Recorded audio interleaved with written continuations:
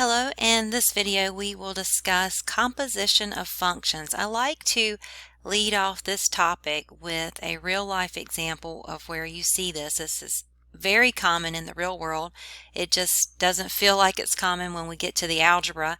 But let's say you go to the grocery store and you're going to buy some Fruity Loops, some cereal, okay? And a regular box of Fruity Loops is $4, okay?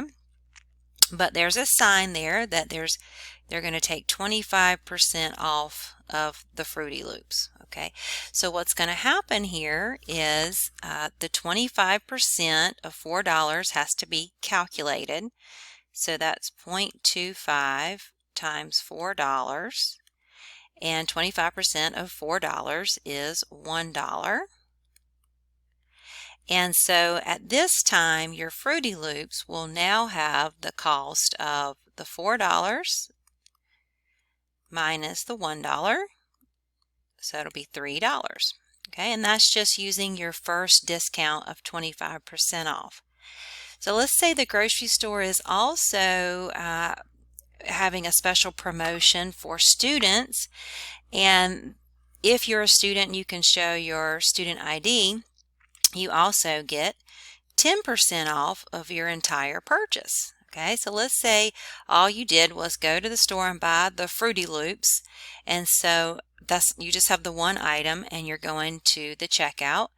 So now they're going to take 10% off of that Fruity Loops there, right? So that's going to be 0.10 times the $3, which is 30 cents.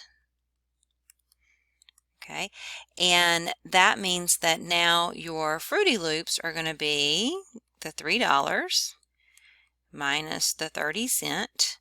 So there will be $2.70. All right, so this is a very common example of what we call compositions of functions, where you're doing multiple calculations that are layered together.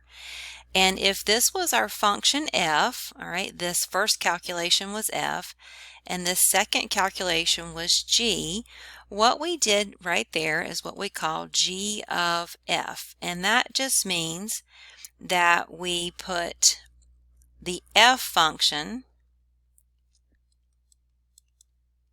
inside the g function.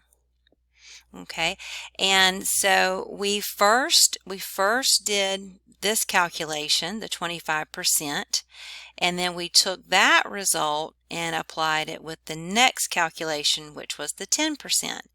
And this is composition of functions. So in the next video you will see the algebra that is involved, but just remember that this actually does exist in the real world, and you probably see it on a regular basis pretty much every time you go to a store. It's just sometimes easy to forget that when we get bogged down with our algebra. See you in the next video.